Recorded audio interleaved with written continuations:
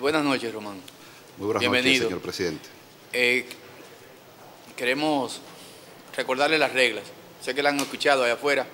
Tiene derecho a 5 minutos de exposición libre. Una vez que haya terminado su exposición, entonces pasa a ser interrogado por los miembros del Consejo de la Magistratura. Cada pregunta debe responderle en 1 minuto, pero flexible. Así que tiene la palabra.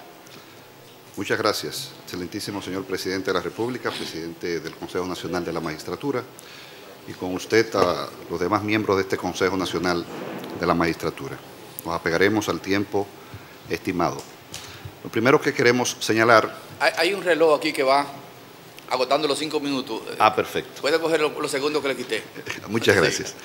Lo primero que queremos señalar es el interés particular por el valor de los principios democráticos. Nuestra experiencia electoral data de hace unos 10 años. En las elecciones de 2008, 2010, 2012 y 2016. Primero como miembro de la Junta del Distrito Nacional designado por la Junta Central Electoral, en donde tuvimos la oportunidad de ser y de conocer todo el proceso eleccionario desde el punto de vista administrativo y contencioso, como miembro de la Junta del Distrito en las elecciones de 2008, posteriormente en las elecciones de 2010. Acto seguido, en el año de 2011, fuimos designados juez suplente del presidente del Tribunal Superior Electoral, lo que nos ha permitido tener un trato directo en el quehacer electoral contencioso electoral en las elecciones de 2012 y de 2016. En nuestra condición de suplente del presidente del Tribunal Superior Electoral, hemos tenido la oportunidad de conocer más de 300 expedientes, presidido el Pleno en unos 36 casos contenciosos electorales en la dirección de los debates, más de 60 casos de apelación de las juntas electorales de todo el país, decenas de revisiones en materia contenciosa electoral, cientos de casos de rectificaciones de actas, así como una experiencia importante en la observación internacional, haciendo énfasis en las elecciones de Ecuador recientemente. No obstante a esto, nuestro quehacer electoral se enfoca también en lo académico. Tenemos 6 títulos de cuarta titulación. Una maestría en estudios políticos electorales, con doble titulación de la Universidad de Granada y la Pontificia Universidad Católica Madre y Maestra. Una especialización en los estudios políticos electorales. También en Derecho Internacional, maestría, y Derecho Civil, Gestión Internacional Universitaria y, desde luego, Docencia Universitaria. Este ambiente académico, con una experiencia de 16 años en la docencia universitaria y desde hace 6 años como decano de la Facultad de Ciencias Jurídicas y Políticas de la Universidad Católica Santo Domingo y director de la Escuela de Derecho, nos ha permitido tratar el fortalecimiento de la democracia y el sistema electoral con congresos de primacía en los debates nacionales. Desde allí, incluso, fomentamos, siendo la tercera universidad del país que implementa el derecho electoral como una asignatura en una preocupación por la especialidad electoral. No obstante a esto, la Junta Central Electoral hace apenas unos meses nos designó coordinador nacional de la primera maestría en alta gerencia de partidos políticos, en nuestra condición, con una doble titulación del Instituto Ortega y Gasset de España y la Universidad Católica de Santo Domingo.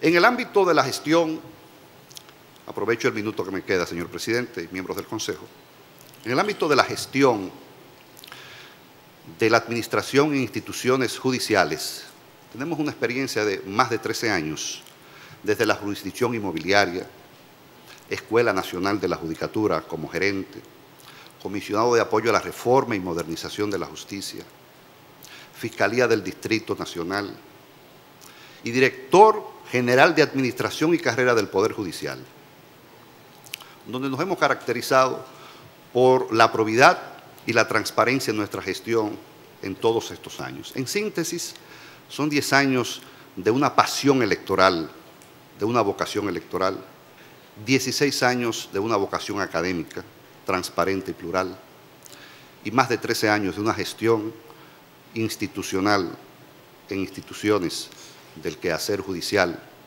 que me da aval para estar frente a ustedes en estas aspiraciones legítimas y que pongo a disposición de ustedes a los fines de contestar las preguntas que consideren oportunas. Sí, muchas gracias. ¿Quién inicia? ¿No tienen preguntas? Buenas noches, señor Ramón Andrés Jaques. Román, perdón. ¿Cuáles son las excepciones de incompetencia territorial conforme al reglamento sobre que versa sobre la ley 29-11? La competencia, las excepciones de incompetencia territorial a que usted hace alusión, propiamente no aplican al Tribunal Superior Electoral, aplican a las juntas electorales municipales e incluso a las OCLES, que son aquellas, en un lenguaje llano, aquellas juntas electorales, pero en el exterior. Así es. Muy bien. En su rol de... Perdón, ante todo, buenas Muy buenas noches, ya. consejero. Sí, pasa que uno se le No se comete deslices. En su formación académica dice tener una maestría en Relaciones Internacionales y ser un Así conocedor es. de esa Derecho y Relaciones Internacionales. Perfecto. Uno de los grandes debates que siempre tendrá la República Dominicana es sus relaciones bilaterales. Quería conocer su posición en torno a la migración controlada, sobre todo en víspera de que en estos días ha habido mucho comentario en relación al flujo migratorio entre ambos países. Sí, yo creo que la Constitución de la República ha sido clara a partir de 2010, cuando especifica claramente que las personas de hijos y de personas ilegales no pueden tener la nacionalidad dominicana, salvo las excepciones diplomáticas. En este sentido, simplemente, yo creo que es una facultad soberana del Estado, la repatriación correspondiente ante las personas que se encuentran de manera irregular en el país. En ese mismo orden, y ahora complaciendo una pregunta realizada por redes sociales, su posición en relación, por ejemplo, a iniciativas como la del muro en la frontera entre ambos países. Yo creo en que el muro, más que un muro, es un control de Estado. A veces las fronteras entre países, en vez de preservar la soberanía, a veces alejan. Yo creo que la frontera está en un control y en el cumplimiento de la normativa migratoria dominicana. Por último, de mi parte, presidente, sí. Usted es hoy juez sustituto del presidente del Tribunal suplente del presidente. Del presidente del Tribunal Superior Electoral. Conoce que nosotros tenemos fuertes oposiciones a los jueces actuales y por una razón de credibilidad o confianza que tenemos en el sistema. De usted ser electo juez titular o miembro titular del Tribunal Superior Electoral, ¿cómo devolver esa confianza? ¿Cómo garantizar a nosotros, actores del proceso o a los diferentes actores del proceso que pueden creer en el Tribunal Superior Electoral o en una nueva composición del Tribunal Superior Electoral? Nosotros tuvimos la oportunidad, hace año y medio más o menos, de ser conferencista en un evento internacional celebrado en Salamanca sobre el Seizal, donde investigadores de Europa y Latinoamérica debatían los temas políticos electorales de la región. Tuve la oportunidad de compartir el escenario con 5 expertos de Latinoamérica y la gran necesidad y problemática de todos los países era la desconfianza de los actores políticos en los órganos electorales, la tecnología y otros aspectos no menos importantes. Yo creo que en todo caso, si una persona se considera lesionada con una decisión jurisdiccional, para eso están los recursos establecidos en la propia norma, para que usted los ataque. Sin embargo, la legitimidad no se impone, la confianza no se impone, se gana y se crea. Muchas gracias. El magistrado presidente del Senado. Está bien ya. El artículo 27 de su ley orgánica Muy bien. le da competencia al Tribunal Superior Electoral para conocer de una acción de amparo en materia electoral. ¿Usted cree que esa competencia podría extenderse a una junta electoral con motivo de unas elecciones? Interesante pregunta, presidente del Senado. Fíjese bien, había advertido, incluso en el reglamento, que se le da competencia exclusiva a las juntas electorales de conocer el amparo, una sola excepción, el día de las elecciones con ocasión de la vulneración al derecho al voto. Pero siempre hice la crítica. ¿Qué ocurre? Que las juntas electorales municipales están integradas por personas que no necesariamente son abogados. Más del 60% no son abogados, personas muy probas, personas íntegras, incluso líderes comunitarios, pero no son abogados. ¿Qué ocurre? Que a la hora de conocer este tipo, que no se presentaron, por lo menos no tengo conocimiento de que se presentara una acción de amparo en una junta electoral, ¿dónde está la formación jurídica? ¿Dónde está la formación judicial electoral de esos miembros de las juntas electorales? Por eso hemos hecho una propuesta pública, incluso en nuestra condición de decano de la Facultad de Ciencias Jurídicas, de que las juntas electorales tienen doble función, la administrativa y la contenciosa. Lo que ha predicado por aquí la mayoría de los expositores es que la independencia funcional entre la Junta Central Electoral y el Tribunal Superior Electoral, lo administrativo y lo contencioso, estimo que debe ocurrir lo propio en las juntas electorales, porque ellos mismos organizan el proceso y ellos mismos juzgan el proceso. Entonces, una propuesta que debería implementarse en la ley del régimen electoral es la siguiente: que exista una sala administrativa con 3 miembros y un suplente, que no necesariamente tengan que ser abogados en las juntas municipales, y una sala que puede ser unipersonal con un suplente para que conozca los asuntos contenciosos. Da una separación funcional y la especialidad electoral. Si el Tribunal Superior Electoral le da la competencia de conocer amparos, no será la sala administrativa de la Junta Electoral, sino a la sala contenciosa que tiene la especialidad y la formación jurídico-judicial. Muchas gracias. Magistrado. Señor presidente. Mariano, tranquilo. A mí me enseñaron una vez que no había conceptos ajenos. Conceptos ajenos unos a los otros. Que entre la teoría de Einstein, Newton y Maxwell había un vínculo directo. Eso en las ciencias naturales. Y en las ciencias sociales eso tiene mayor valor. Quiere decir que por lo que tú acabas de afirmar, que lo que ha habido en el campo electoral ha sido un trasplante de conceptos propios del derecho civil que han pasado al ámbito electoral. Fíjese bien.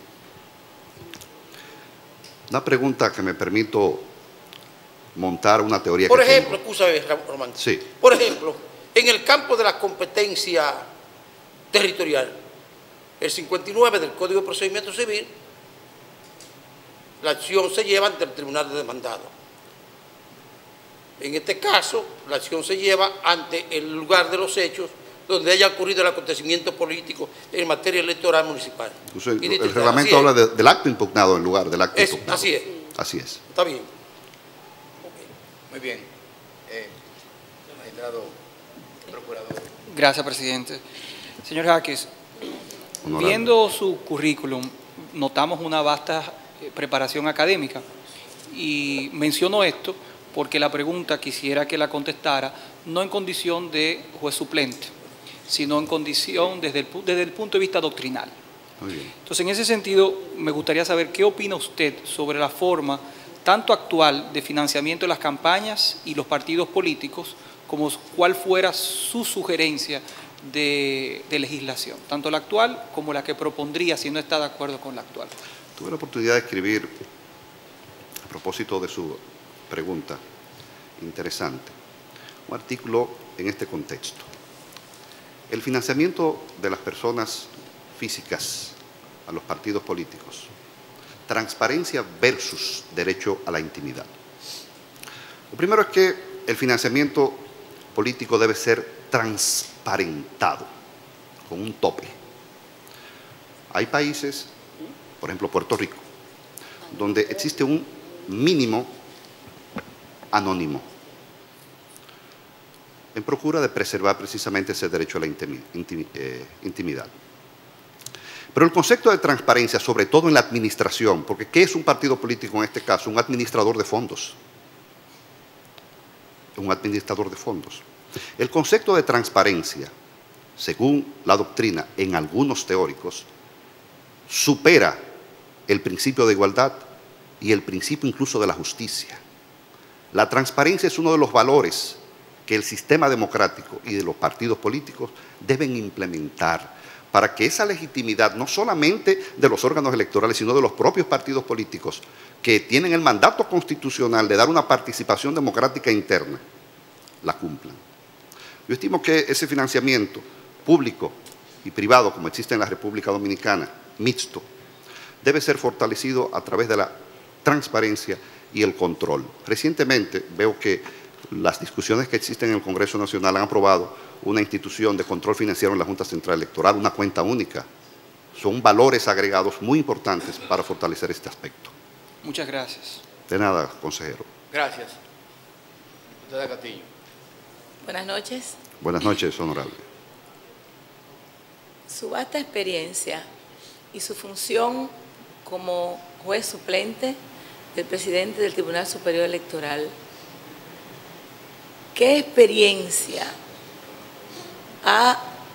nos puede usted platicar aquí a nosotros sobre su función y sus ejecutorias como suplente en este Tribunal Superior Electoral? Muy bien. En nuestra presentación, en el formulario, destacábamos que hemos sido convocados en unas 100 ocasiones de manera formal. Si esto se extrapola a días de trabajo, estamos hablando de prácticamente 4 meses y medio en días laborables. No obstante, el manejo del escenario y dirección de los debates es uno de los aspectos más interesantes, porque destacamos que este tribunal, como se ha dicho en este escenario varias veces, es nuevo, es novel. Apenas, aunque había una separación de funciones en un mismo órgano, como alta corte funciona desde el 2010. Entonces, la experiencia y las decisiones de ese tribunal son decisiones que parten de una jurisprudencia electoral que crea una doctrina en aspectos de posiciones de juristas que van innovando y van creando una especialidad electoral. Por eso decía, que era la pregunta que me decía el presidente de la Suprema Corte de Justicia, ¿en qué medida del derecho electoral es una rama especializada del derecho público? Él citaba el caso del derecho procesal civil, pero tiene impacto el derecho administrativo, pero tiene impacto el derecho procesal constitucional, pero tiene impacto el derecho constitucional como tema transversal, pero incide en el aspecto penal. Por eso la experiencia ha sido una experiencia muy satisfactoria, que no solamente fortalece el interés particular de forjar valores democráticos, sino de afianzarnos en esta posición y en esta candidatura. Muchas gracias. Sí. ¿Cuáles son las fallas que usted entiende, aprovechando su vasto conocimiento sobre derecho internacional, cuáles son las fallas que entiende usted que ha tenido la política migratoria en el país y qué sugeriría usted para establecer los controles necesarios, sobre todo de la frontera y el problema que tenemos ahora mismo con los indocumentados hermanos haitianos? Bien, yo creo que la Constitución, reitero, de 2010 dio la solución constitucional al problema. Yo creo que es un asunto de controles y de iniciativas y estrategias del Estado para que la migración, en el caso, por ejemplo, del país más cercano, que es Haití, sea controlada. Yo creo que un Estado es soberano en elegir quienes se quedan en su territorio. Y si usted es ilegal, debe ser retirado. Bueno, ¿alguien más? Bueno, pues muchas gracias, doctor Jaco. A usted, excelentísimo señor presidente. Y mucha suerte. Muchas gracias. Por sus bendiciones. explicaciones. Muy bien.